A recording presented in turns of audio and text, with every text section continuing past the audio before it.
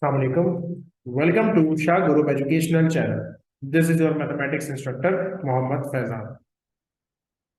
Class 10, subject mathematics. Chapter name is Basic Statistics.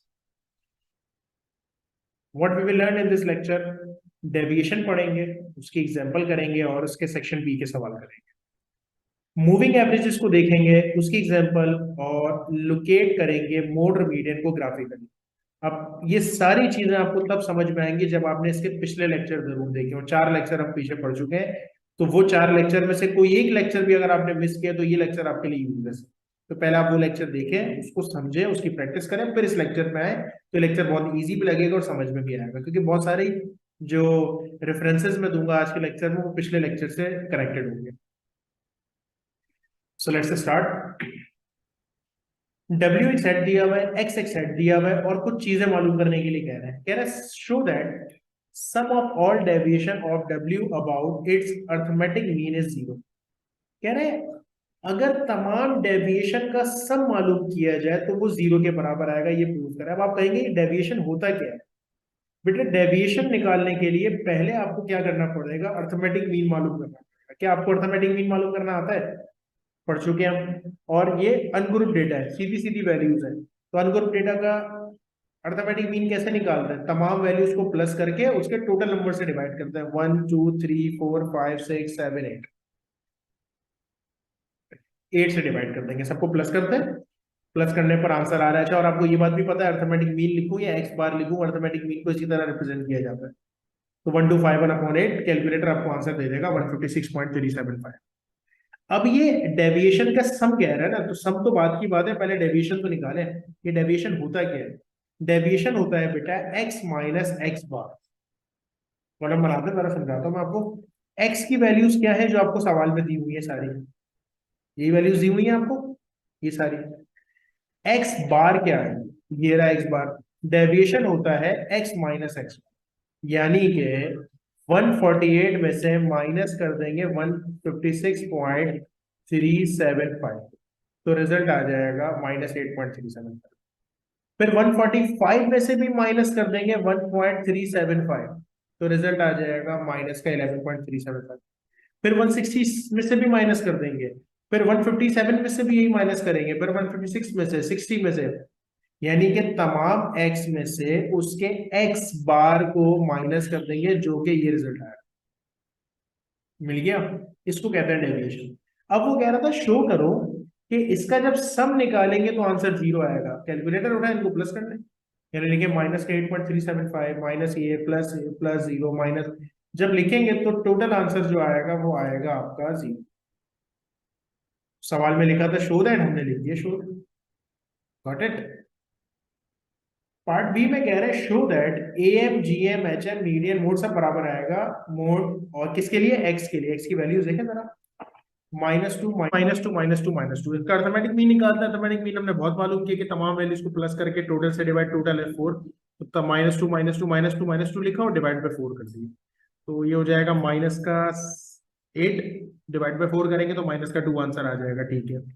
Geometric mean निकालते हैं. तो geometric mean का तरीका क्या है? अब लास्ट लेक्चर में देख चुके हैं.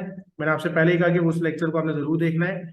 तमाम वैल्यूज को मल्टीप्लाई करते हैं और पावर कितनी आ जाती है? 1/4, जो टोटल होता है 4 आप. सो -2 -2 माइनस, ये 4 है ना, तो देखो मैं सही लिख रहा हूँ, -2 की पावर 4. सही है ना? -2 मल्टीप्लाई होता है, बेसिस सेम पावर है. 4 से 4 कैंसिल, तो -2 की पावर 1, यानी कि -2 आपका ज्योमेट्रिक मीन आ.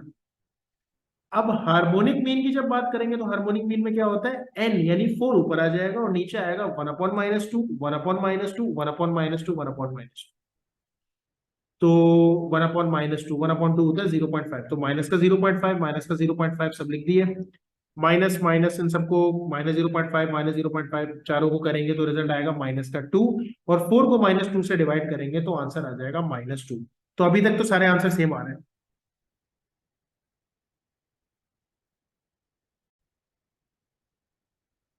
अच्छा, अब बात कर लेते हैं मीडियन की. बेटा मीडियन इवन इवन है या ऑड है?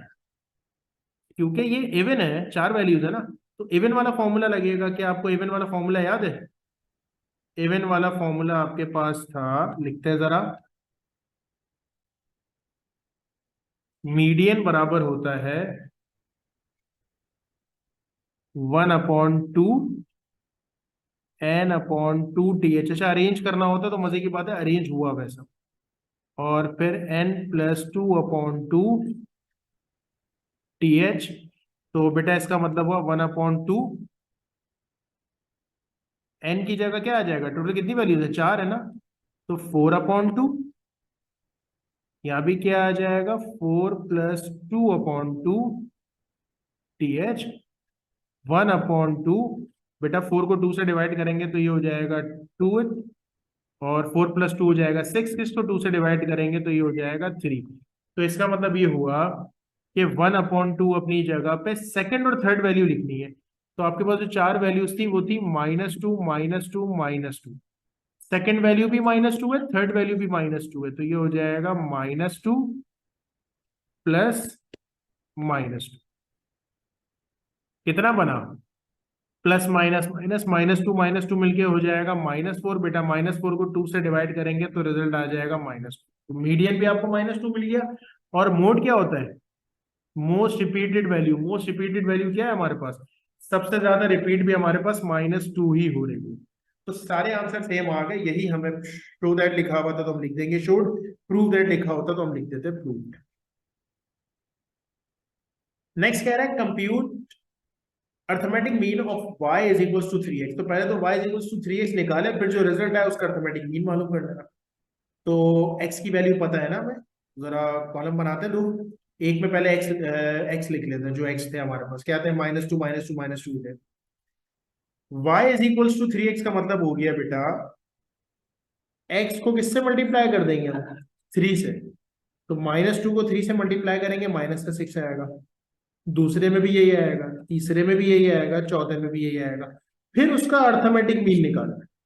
तो अर्थमेटिक मीन कैसे निकालते हैं, तमाम वैल्यूज को प्लस करके कितने से डिवाइड करेंगे, 1 2 3 4, 4 से डिवाइड कर दिया। तो -4 -6 -6 -6 -6 मिलके कितना हो जाएगा, -24। डिवाइड के रिजल्ट आ गया -6। नेक्स्ट पे चलते हैं। नेक्स्ट हमारे पास क्या है, z इक्वल्स टू 3w-11। अच्छा, तो W मालूम है कि हाँ, W का सेट आपको दिया हुआ था। तो कॉलम बनाते हैं और W की तमाम वैल्यूज हम एज इट इज लिख देते हैं। तो यहां पर आपने W की जो वैल्यूज हैं वो तो एज इट इज लिख दी, आपको दी हुई थी सेट में, शुरू में ही आपने देखा था। अब 3w-11 का क्या मतलब है बेटा, 3 लिखेंगे, W की जगह 148 लिखेंगे और -11, यानी कि 3 को 148 से मल्टीप्लाई करेंगे, जो रिजल्ट आएगा उसमें से 11 माइनस कर देंगे। फिर दूसरी बार क्या करेंगे, 3 को मल्टीप्लाई करेंगे 145 से और जो रिजल्ट आएगा -11 कर देंगे। फिर क्या करेंगे, 3 मल्टीप्लाई बाय 160, जो आंसर आएगा -11। इस तरीके से तमाम वैल्यूज हमने मालूम कर दी। अब वो क्या कह रहा था, इसका अर्थमेटिक मीन निकालना, तो बड़ा आसान। इन तमाम वैल्यूज का अर्थमेटिक मीन कैसे निकालेंगे, तमाम को प्लस करेंगे और डिवाइड कर देंगे 1 2 3 4 5 6 7 8 से। तमाम को प्लस करेंगे और डिवाइड बाय 8 कर देंगे तो रिजल्ट आ जाएगा 458.128। Got it. सेक्शन बी में एक ये सवाल बड़ा काम का ही आ सकता है, show that harmonic mean less than geometric mean less than arithmetic mean less than median less than mode for W। तो W की वैल्यूज आपको पता है, ये सारी चीजें मालूम करेंगे खुद ब खुद आंसर आएगा। पहली चीज, अर्थमेटिक से ही शुरू कर देते हैं, मसला नहीं है, कोई भी चीज आप पहले मालूम कर ले, इससे कोई फर्क नहीं पड़ेगा। तो अर्थमेटिक मीन तो हमने पहले भी मालूम किया था, वापस मालूम कर लेते हैं कैसे मिलेगा, W की जितनी भी वैल्यूज है सबको प्लस करके टोटल से नंबर से डिवाइड। तो ये रिजल्ट तो हमने पहले भी मालूम किया। ज्योमेट्रिक मीन में क्या करते हैं, तमाम वैल्यूज को प्लस नहीं करते, तमाम को मल्टीप्लाई करते हैं और पावर लगा देंगे 1/8। तो मल्टीप्लाई करते हैं और पावर हो जाएगी बेटा 1/8। सही है। वहीं पर ही जो आपका रिजल्ट आएगा मल्टीप्लाई करने पर, कैलकुलेटर में रिजल्ट आ रहा होगा 3.55 E17, उसी के ऊपर ही हम डायरेक्ट पावर क्या लगा देंगे, कैप का बटन प्रेस करके, या आपके कैलकुलेटर में एक्स के साथ बॉक्स बना होगा 1/8। कैसे लिखेंगे, 1/8 और इज इक्वल्स टू प्रेस करेंगे तो रिजल्ट आ जाएगा 156.247। फिर हार्मोनिक मीन निकाल लेते हैं। हार्मोनिक मीन कैसे आता है, तमाम वैल्यूज का पहले तो नंबर लिख रहे, तो ऊपर ऊपर 8 आएगा और नीचे आएगा 1/148, 1/145, 1/160, 1/157, यानी कि तमाम का रेसिप्रोकल। कैलकुलेटर उठाते हैं, 1/148 डिवाइड करेंगे तो क्या रिजल्ट आएगा, 0.0067। फिर 1/145, 1/160, 1/157, सबको डिवाइड कर दिया। अब ये वैल्यूज आपस में क्या हो रही है, तमाम वैल्यूज प्लस हो रही है, कर दिया प्लस। फिर 8 को 0.0512 से डिवाइड करेंगे तो बच्चों रिजल्ट आ जाएगा 156.117। जरा यहां तक देखें सही हो रहा है नहीं हो रहा। एच एम ये आया, एच एम से छोटी वैल्यू आनी चाहिए जीएम, नहीं एच एम जो है जीएम से छोटा आएगा, H M less than GM ना, तो जीएम जो है वह एच एम से छोटा होगा। सही है बिल्कुल। फिर जीएम एएम से भी छोटा होगा, तो जीएम जो है एएम से छोटा, बिल्कुल सही चल रहा है यहां तक। अब मीडियन और मोड निकालते हैं, कितनी वैल्यूज है 8 ना, तो मीडियन का कौन सा फॉर्मूला लगेगा, इवन वाला। लेकिन उससे पहले डेटा को अरेंज करेंगे, क्या आएगा सबसे पहले 145, फिर 148, फिर 56, 57, 60 और 65। कौन सा फॉर्मूला लगाएंगे बेटा, इवन वाला फॉर्मूला लगा दिया। एन की जगह क्या आएगा, टोटल 8 वैल्यूज है ना, तो 8 आ जाएगा एन की जगह, 8/2 हो जाएगा 4, 8 + 2 10/2, यानी कि फिफ्थ, फोर्थ और fifth value, first second third fourth, ये फोर्थ हो गई, ये फिफ्थ हो गई। तो फोर्थ वैल्यू और फिफ्थ वैल्यू आपने लिख दी, क्या लिखी, 157 और 160, प्लस किया दोनों को और किससे डिवाइड कर दिया फिर, 2 से, तो आपको मीडियन भी मिल गया। उसके बाद अच्छा मीडियन क्या होना चाहिए, अर्थमेटिक मीन से भी बड़ा होना चाहिए, तो अर्थमेटिक मीन से बड़ा है बिल्कुल, और सबसे बड़ा मोड आना चाहिए। तो मोड क्या है हमारे पास, मोस्ट रिपीटेड वैल्यू, सबसे ज्यादा क्या रिपीट हो रहा है 160। तो हो गया फिर प्रूफ, सवाल में लिखा था शो दैट, तो आप क्या लिख देंगे, शो। एक असाइनमेंट दे रहा हूं आपको, बहुत छोटा सा, बहुत सिंपल सा सवाल। दो सेट दिए, मैं कह रहे हैं बताइए सिमेट्रिक है या एसिमेट्रिक है। बड़ा आसान है, इसका मैं आपको तरीका बता दूं करना कैसे है।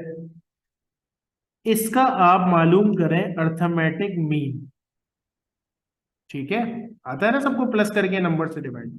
फिर इसका मालूम करें मीडियन, वो भी आपको आता है, देख लीजिएगा इवन है ऑड है, पहले डेटा को अरेंज कर लीजिएगा। अगर ये दोनों वैल्यूज सेम आ जाती तो ये सिमेट्रिक है, अगर ये दोनों वैल्यूज सेम नहीं आती तो फिर ये एसिमेट्रिक है। एक्स में भी यही करना है, वाई में भी यही करना है, क्या करना है, पहले अर्थमेटिक मीन निकालना है, फिर मीडियन निकालना है, अगर सेम आता है तो सिमेट्रिक, अगर सेम नहीं आता तो एसिमेट्रिक। आपकी आसानी के लिए आंसर मैंने पहले से लिख दिया है, चेक कीजिएगा आंसर वेरीफाई हो रहा है। Moving averages, moving average is a method for smoothing time series by averaging with or without weights a fixed number of consecutive terms। बहुत सारी consecutive terms हैं, तो साथ साथ एक तो होता है पूरे का एवरेज निकालना जिसको मैथमेटिक मीन कहते हैं। अगर हम साथ साथ एवरेजेस निकाल रहे हैं तो बेटा वो क्या कहलाता है, मूविंग एवरेजेस कहलाता है। The average moves over time in each data, year wise या डेट वाइज या आवरली या वीकली या डेली चेंज होता रहेगा, तो उसे हम मूविंग एवरेजेस कहते हैं। इस तरह मालूम करते हैं, जरा देखिए, कह रहा है calculate 2 3 4 days moving averages for the following data of number of deaths. ठीक है, तो कुछ डेटा दिया हुआ है आपको, पहले तो इसको कॉलम में लिख लेते हैं। ठीक है, डेज दिए मैं, अच्छा मैंने कितने कॉलम क्यों बनाया मैं बता देता हूँ, एक डेज का, एक डेथ का, फिर मैं बनाऊंगा 2 3 4, तो ये 2 डेज 3 डेज 4 डेज। तो पहले तो डेज मैंने एज इट इज लिख दिए, फिर मैंने उसकी फ्रीक्वेंसी, नंबर्स को दायरा आपको मालूम है फ्रीक्वेंसी कहता है, तो फ्रीक्वेंसी एज इट इज लिख दी। अब हम आ जाते हैं 2 डेज का मूविंग एवरेज निकाल। बेटा 2 डेज का मूविंग एवरेज, एक बात बताऊंगा सब समझ में आ जाएगा। शुरू की दो वैल्यूज ने 102 और 130, इन दोनों का एवरेज निकालना है। कैसे निकालना है एवरेज, दोनों को प्लस करें, इज इक्वल्स टू का बटन प्रेस करें और डिवाइड बाय 2 कर दें, यानी 102 + 130 इक्वल्स टू प्रेस कर दें, फिर करें डिवाइड बाय 2, तो रिजल्ट आ जाएगा 116। इन दोनों के दरमियान में लिख दें, किसका एवरेज निकालें, 2 डेज कह रहे हैं ना, दो का एवरेज निकालना है। अब 130 से 158, 130 और 158 को प्लस करें, 2 से डिवाइड कर दें, अब किसका एवरेज निकालेंगे। अब मैंने कहा ना एक चीज समझे, अब आगे आपको समझ में आना शुरू हो गया है। अब 158 और 188 का एवरेज निकालो, अब किसका एवरेज निकालेंगे, 188 + 196 डिवाइडेड बाय 2, फिर क्या करेंगे, 196 259 डिवाइडेड बाय 2, फिर 259 310 डिवाइड बाय 2, और जिसका एवरेज निकालना उसके बीच में बस लिखते रहे। ये आपका 2 डेज का एवरेज हो गया। अब हम क्या कर लेते हैं बेटा, 3 डेज एवरेज। 3 डेज एवरेज कहा था सवाल में। अब 3 डेज एवरेज कैसे निकलेगा, आपको समझ में आ रहा होगा। 2 डेज का मतलब मैंने 2 का एवरेज निकाला था, 3 डेज का क्या मतलब होगा, 3 का एवरेज। यानी 102 130 और 158, इन तीनों को प्लस करके किससे डिवाइड करेंगे, 2 से नहीं करेंगे, अब किससे करेंगे, 3 से करेंगे। जो रिजल्ट आएगा वो इन तीनों के बीच में लिखेंगे, यानी कि यहाँ पर। क्या किया बेटा, अब किसकी बारी, 130 158 और 188, इन तीनों को प्लस किया, इज इक्वल्स टू प्रेस किया और डिवाइड बाय 3 कर दिया। अब क्या करेंगे, 158 188 और 196, इन तीनों को प्लस करें। जब प्लस हो गया तो फिर डिवाइड बाय क्या करते हैं, 3, और मिड में लिखते हैं 188, यानी तीन तीन का एवरेज निकालना है। 188 196 259, इन तीनों को प्लस करके 3 से डिवाइड। 196 259 और 310 प्लस करके 3 से डिवाइड। अब ज़रा नीचे जा ही नहीं सकता ना इन दो को अगर मैं कंसीडर करूं, तो ये 3 डेज का एवरेज मिल गया। अब किस पे आ जाते हैं, 4 डेज के एवरेज पे। अब 4 डेज का मूविंग एवरेज कैसे निकलेगा, जाहिर सी बात है 4 वैल्यूज को लेंगे। तो 1 2 3 4, इन चारों को प्लस करें, 102 प्लस 130 प्लस 158 प्लस 188, जो आंसर आएगा उसको डिवाइड बाई क्या कर देंगे, अब 4 कर देंगे। और जब 4 करेंगे तो इन चारों का एवरेज इन चारों के बिल्कुल बीच में लिखेंगे। अब किसकी बारी, यहां से 130 प्लस 158 प्लस 188 प्लस 196, इन चारों को प्लस करके 2 से डिवाइड करेंगे और इसके मिड में लिख देंगे। फिर 158 से लेकर इन चारों को प्लस करेंगे, 4 से डिवाइड कर, और फिर इन चारों को प्लस करेंगे और 4 से डिवाइड कर देंगे। इसको हम कहते हैं moving averages. Got it. Locate and estimate median quartile and mode graphically. अब आप कहेंगे आपने मीडियन मोड तो पढ़ा है, क्वार्टाइल भी पढ़ा है, ग्राफिकली कैसे इसको लोकेट करते हैं। वही बात वापस कहूंगा, पिछले सारे लेक्चर देखे होने चाहिए आपने, तो बात समझ में आएगी।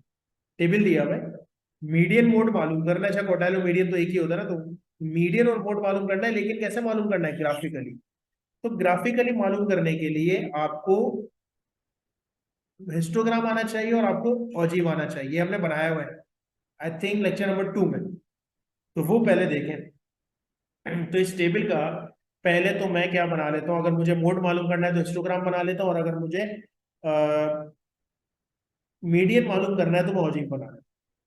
अच्छा, लेकिन वो बनाने के लिए आपको क्लास बाउंड्रीज की जरूरत पड़ेगी। हिस्टोग्राम बनाने के लिए क्लास बाउंड्रीज की जरूरत पड़ती है, और ऑजीव बनाने के लिए आपको कम्युलेटिव फ्रीक्वेंसी की जरूरत पड़ती है, याद रखिएगा। वैसे लेक्चर 2 में हमने इसको पढ़ा भी है, देखा भी है। चले वापस बनाते हैं। तो ओवर टाइम और ये दो कॉलम तो हमने एज इट इज लिख दिया। देखिए ना, जब आपको हिस्टोग्राम बनाना है तो हिस्टोग्राम में आपको क्लास बाउंड्रीज चाहिए होती है, और ऑजिव बनाना है तो आपको फ्रीक्वेंसी, कम्युलेटिव फ्रीक्वेंसी चाहिए होती है। फिलहाल हम दोनों मालूम कर लेते, फिर एक एक करके बना लेंगे।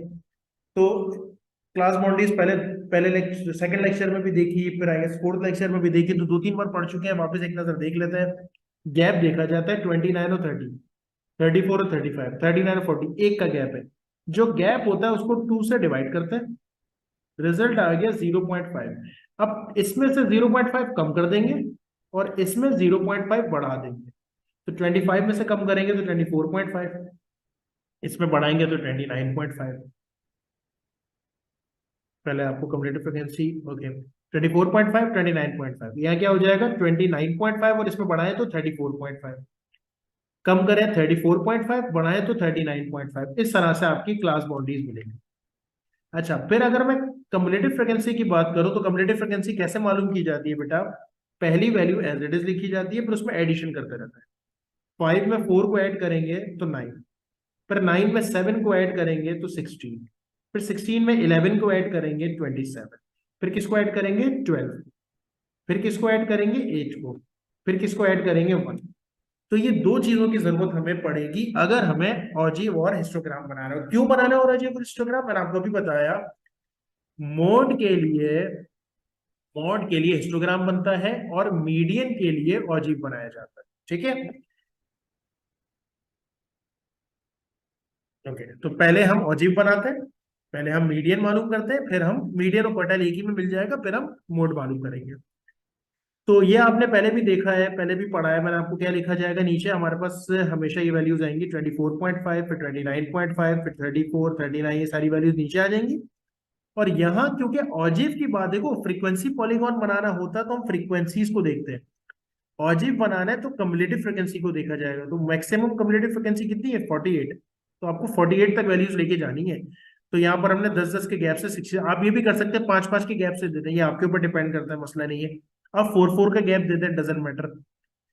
तो अब पहली वैल्यू जो आ रही है 24 और 29 के दरमियान की जो वैल्यू है वो कहां तक जा रही है? 5 तक। तो इनके दरमियान में 5 पे जाके पॉइंट लगा दूंगा। फिर दूसरा जो आ रहा है वो कितना आ रहा है? 9 आ रहा है। तो इन दोनों के दरमियान जो वैल्यू जाएगी 10 से थोड़ा सा नीचे आएगा 9। फिर तीसरी जो वैल्यू आएगी वो आएगी 16 तक। तो 16 कहाँ आएगा? 20 और 10 के तकरीबन दरमियान। फिर 27 पे जाएंगे हम, यानी कि यहाँ से 27 तकरीबन यहाँ आ जाएगा। फिर 39 पे पहुंचना है हमें, अगली जो वैल्यू है वो है 39, यानी कि यहाँ तो हमने डॉट लगा रहे हैं जैसे हमने एक दफा पहले भी ऑब्जेक्ट बनाया था। फिर 47, तो 47 आ जाएगा 50 से पहले, और 48 उससे थोड़ा सा ऊपर। स्केल लेंगे, पेंसिल लेंगे, इसको जो है आपस में जोड़ देंगे कुछ इस तरीके से। ठीक है जनाब। तो ये आपका ऑब्जेक्ट बन गया। अब आप कहेंगे ऑब्जेक्ट तो हमने पहले भी बनाया था, नया काम क्या हुआ? नया काम ये हुआ बेटा कि इसमें मीडियन और क्वार्टाइल को लोकेट करना है। कैसे करना है देखें। पहले तो जरा अपने जहन में लाए, क्वार्टाइल्स थे क्या? 3 थे। क्वार्टाइल 2 जो है वो मीडियन के बराबर था। क्वार्टाइल 1 था n/2, क्वार्टाइल 2 था, नहीं पहला था n/4, दूसरा था n/2 और तीसरा था 3n/4। पहले तो टोटल वैल्यू देख लें कहां तक गई हुई है, 48 तक गई। तो जरा n/4 मालूम करें कितना होता है। 48/4 कितना हो जाएगा? इट्स 24, 12 हो जाएगा। आपने क्या करना है, आपने यहाँ देखना है 12 से एक लाइन लेकर आए, 12 से लाइन लेकर आए, कहां तक जा रही है, और नीचे तक ला के देख लें एक 12 तक। 12 से देखेंगे, फिर नीचे देख लेंगे कहां पर प्लॉट हो रही है। अच्छा पहले हम तीनों मालूम कर लेते हैं। पहली लाइन 12 से क्यों आ रही है? क्योंकि 48/4। अगला क्या होना चाहिए? n/2 है ना। तो ये क्वार्टाइल 1 जो आएगा वो n/4 के हिसाब से आएगा।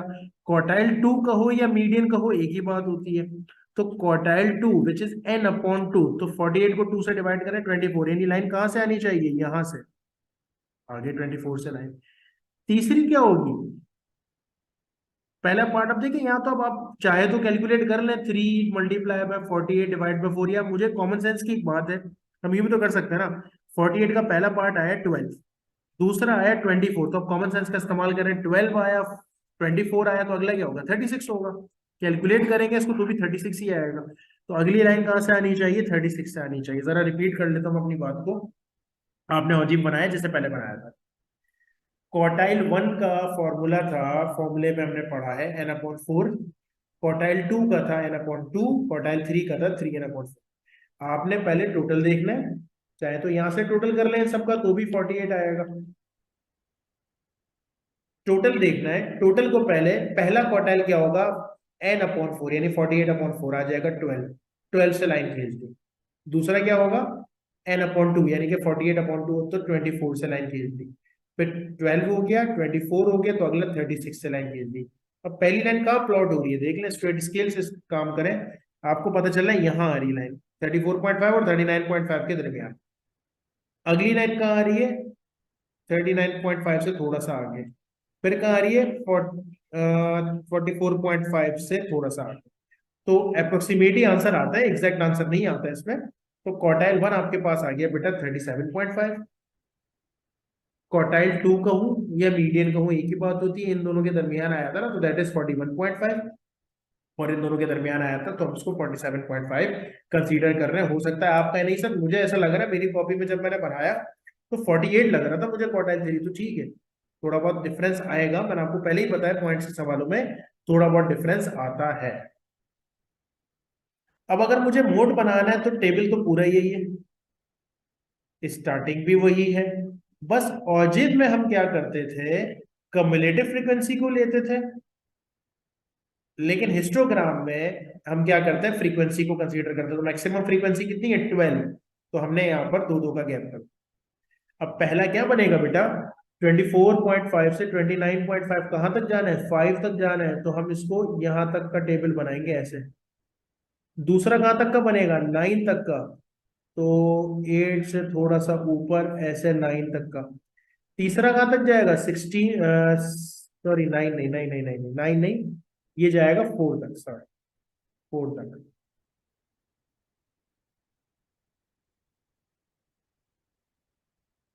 ठीक है, 4 तक जाएगा ये हमारे पास। फिर 4 के बाद अगला कहाँ तक जाएगा, अगला 7 तक जाएगा, तो यहां तक आ गया। इसी तरीके से अगला जाएगा 11 तक, 10 के ऊपर, फिर 12। तो इस तरीके से हमारा कुछ हिस्टोग्राम बनेगा। पहली वैल्यू 5 तक आ गई, यहाँ पर है 5 से 5, 4 और 6 के दरमियान। फिर 4, फिर 7, फिर 11, फिर 12, फिर 8, फिर 1। तो ये हिस्टोग्राम तो आपने पहले भी बनाया था। नया काम क्या हुआ, आपने हिस्टोग्राम से मोड मालूम करना है। तो बेटा मोड कैसे मालूम करते हैं, मोड ऐसे मालूम करते हैं, सबसे बड़ा बार देखें कौन सा है। सबसे बड़ा बार जो हमारे पास है, वो हमारे पास है ये वाला।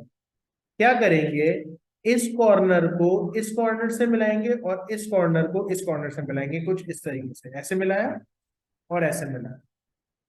अब ये जो सेंटर पॉइंट मिला है ना, ये देख ले कहां पर प्लॉट हो रहा है, ये आपका मोड है। तो कहानी समझ आई। जब मीडियन और क्वार्टाइल मालूम करना है तो क्या बनेगा, ऑजिब बनेगा। और मोड बनाने के लिए, मोड मालूम करने के लिए हिस्टोग्राम बनाना पड़ता है। ठीक है, locate and estimate the indicated, okay. इसमें क्या मालूम करना है, मोड मालूम करना है, मीडियन मालूम करना है, और पहले से ग्राफ बना हुआ है आपके पास। तो मोड कैसे मालूम होगा, बड़ा सिंपल है बेटा। हिस्टोग्राम से मोड बनता है, हिस्टोग्राम से मोड बनता है, तो मोड ऐसे निकालते हैं। सबसे बड़ी बार देखी जाएगी, यानी कि यहाँ, तो इस पॉइंट को आप इस पॉइंट से मिला देंगे और इस पॉइंट को इस पॉइंट से मिला देंगे, कुछ इस तरीके से। पहले भी मिलाया था। और जहां ये दोनों पॉइंट मिलते हैं, वो आपका बेसिकली मॉड कहलाता है। कहाँ बन रहा है, तकरीबन 1.107 के आगे, तो 110 बन रहा है अप्रोक्स ना। जब हम क्वार्टाइल्स की बात करेंगे, या मीडियन, इसमें मीडियन क्वार्टाइल दोनों है, ठीक है, क्वार्टाइल्स और मीडियन की बात करेंगे, तो पहले तो टोटल देख ले, टोटल कहाँ तक जा रहे हैं हम, 60 तक जा रहे हैं। तो 60 का n/4, n/2 और 3n/4। बेटा 60 का n/4 कितना हो जाएगा, 15 हो जाएगा। तो पहले तो 15 वाली लाइन आप एक लगा देंगे, फिर n/2 यानी 60/2 कितना हो जाएगा, 30 वाली एक लाइन लगा दी। फिर 3n/4 यानी कि ज़ाहिर है पहला 15 है, दूसरा 30 है, तो तीसरा क्या हो जाएगा, 45। अब इन तीनों को देख लें कहाँ प्लॉट हो रही है, पहली लाइन, दूसरी लाइन, तीसरी लाइन। तो बेटा मॉड आपको मिल गया 110 अप्रोक्स। जब मैं मीडियंस की बात करूंगा, चले क्वार्टाइल्स कह लेते हैं, क्वार्टाइल की बात करूंगा, तो पहला क्वार्टाइल मिल रहा है यहाँ पर, यानी कि 2.01 for 2.018 अप्रोक्स। ठीक है, दूसरा जो मिल रहा है वो यहाँ आ रहा है 2.022 कह लेते हैं इसको। इसको क्वार्टाइल भी कहते हैं, इसको मीडियन भी कहते हैं, क्वार्टाइल 2 भी कहा जाता है। और तीसरी जो लाइन आ रही है वो एग्जैक्ट 2.025 पे आ रही है। तो ये तरीकेकार है ग्राफ के जरिए आपका मीडियन और मोड मालूम करने का। सो होपफुली बात समझ में आ गई होगी। इंशाल्लाह अगली क्लास में इसको कंटिन्यू करेंगे। That's enough for today. Allah Hafiz.